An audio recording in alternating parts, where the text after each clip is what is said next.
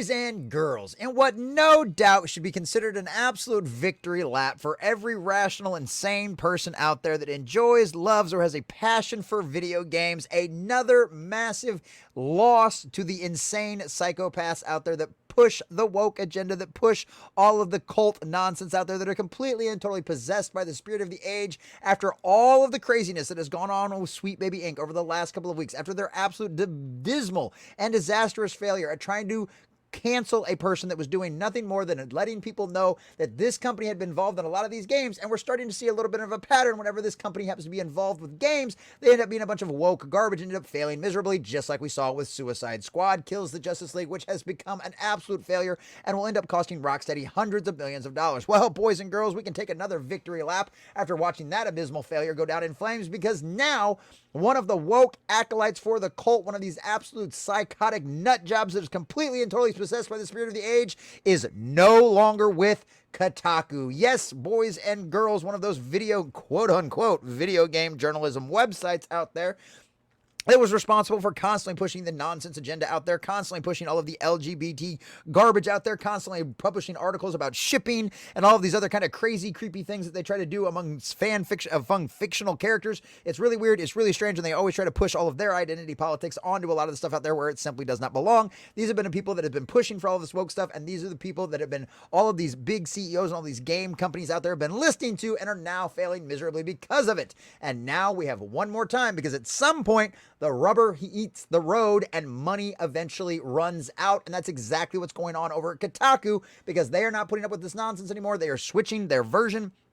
They are going into a more game-orientated, like more game strategy guides, more game walkthroughs, and that kind of thing, and are down and done with the nonsense news that all of these woke psychopaths continue to push for them. And considering the fact that they're going to be offering, they're going to be asking for 50 game guides a week out of these people, and the majority of these psychopathic writers over there, over at Kotaku, are not actual gaming fans, I'd imagine they'll be going the exact same way of their editor-in-chief, Jen Glennon, going the exact same way. So let's get into this article from Bat Park Place. Kotaku Editor-in-Chief Jen Glennon announced she resigned from the website a little over 2 weeks after the outlet's Elisa Mercante lied about video game consulting company Sweet Baby Inc.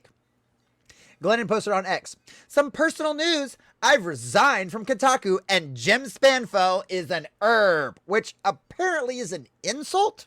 I had no idea an herb is apparently something that they can kick or squish or insult or make fun of. I have no idea. Have you guys ever heard of an herb as an insult? I don't know. This sounds stupid. This sounds ridiculous. And color of shock. It's a bunch of woke nuts nonsense from California. I like herb. I like herbs and spices. I like all kinds of green herbs. Herb would not be an insult to me. Are you going to roll me up and smoke me? Because I might give you a good time. I don't know. Are you going to season with me? Because that kind of herb would give you a good little pop in your mouth, which is probably something you need. Just being out, having that nice little flavor burst in your mouth is probably, you can probably use a burst in your mouth. It's probably something you're severely lacking in your life, which is probably why you're an angry feminist who lives with her cats, is 40 years old, and will probably die alone while trying to go out and get drunk with her friends every night, hoping somebody will take you home and sleep with you because you're pathetic and lonely, and you wasted your entire youth on this kind of agenda-driven nonsense. And how's that working out for you now? Not so much, Jen Glennon. Not so much. Jen Spalfer is the CEO of Geo Media, the company that owns Kotaku. As for Glennon calling him an herb, it's a derogatory term that means worthy of being mocked, weak, chumpish, and generally to be avoided, according to Urban Dictionary. The new one for me, Matt, these new kids and all of their speak, even though this woman, I think so, clearly looks probably older than me. If not, she has had a very, very rough life in her day.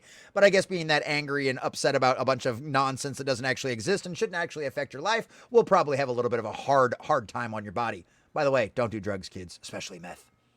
As for why Glennon resigned, Aftermath's Gitta Jackson and Ryan McLeod claimed after viewing her resignation letter it was due to the management team's recent decision to deprioritize news in favor of guides. Boy, I wonder why, because those news articles aren't hitting so well ever. They haven't hit well ever since these people have been writing this nonsense.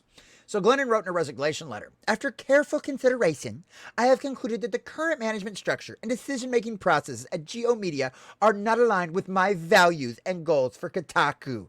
Yeah, the bosses, the owners, yeah, they didn't like what you were doing and they were telling you to do something else or leave, and so you decided to leave. Don't let the door hit you where the good Lord splits you, okay? I firmly believe the decision to invert Kotaku's editorial strategy to deprioritize news in favor of guides is fundamentally misguided, given the current infrastructure of the site.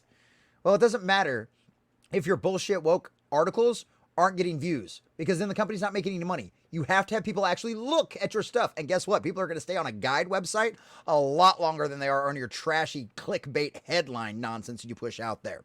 The decision is directly contradicted by months of traffic data and shows an astonishing disregard for the livelihoods of the remaining writers and editors who work here. Yeah, you people failed to make them any money, so yeah, they don't care about you. Color me shocked. Aftermath also claims that this new decision by management to deprioritize news will require Kotaku staff to create 50 guides per week. Oh, you're going to have to work.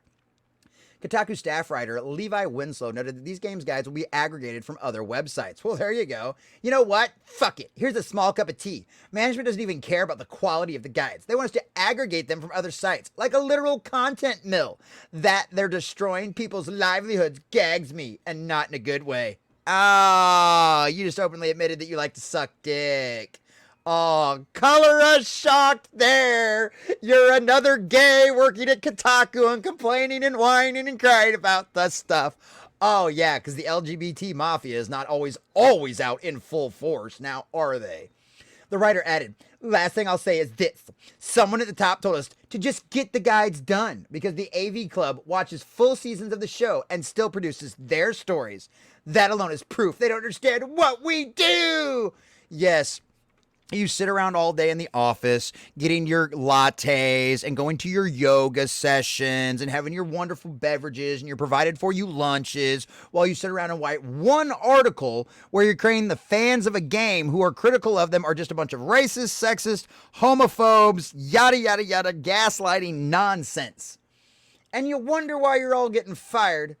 And you're wondering why they actually want you to do work. Oh, that's right. You won't be able to push your agenda anymore in a game guide. Now can you? So of course it's not what you to do because you have never been interested in being a game journalist. You have never been interested in video games. You have never been interested in the community, the fellowship, or the fans of these games. No, you only ever were concerned with one thing. Pushing your agenda and pushing your political nonsense. And guess what? It's failed miserably for you. And at some point, the money runs out and something has to change. And these investment companies that have bought Kotaku understand that. And that's exactly what they're going to do. So the resignation comes a little over after 2 weeks. Kotaku's Alyssa Moore. We went over the PR stuff, the Sweet Baby Inc. stuff. We all know about all of that and everything else. The conferences where they're all about just ticking boxes. All of this kind of nonsense. It's all of the exact same kind of thing. It's very, very funny.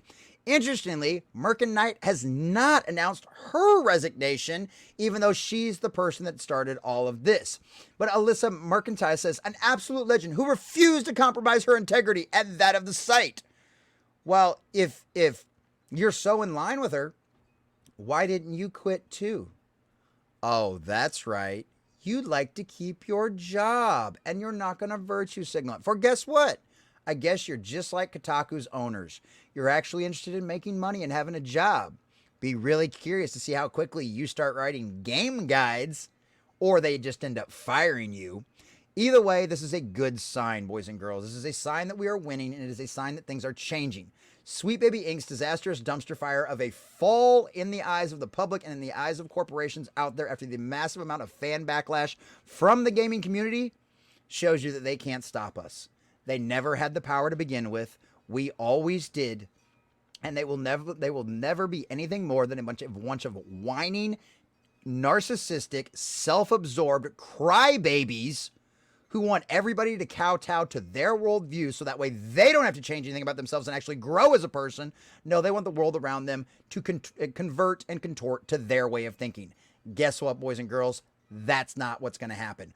Gravity exists, so does common sense still in the average gamer, in the average nerd, and in the average person in the Western civilization. That's why you're failing. That's why you're no longer at Kotaku, and that's why there won't be very many of you left at Kotaku for much longer at all, and that's because of each and every one of you out there. We are winning, and don't ever let them forget that.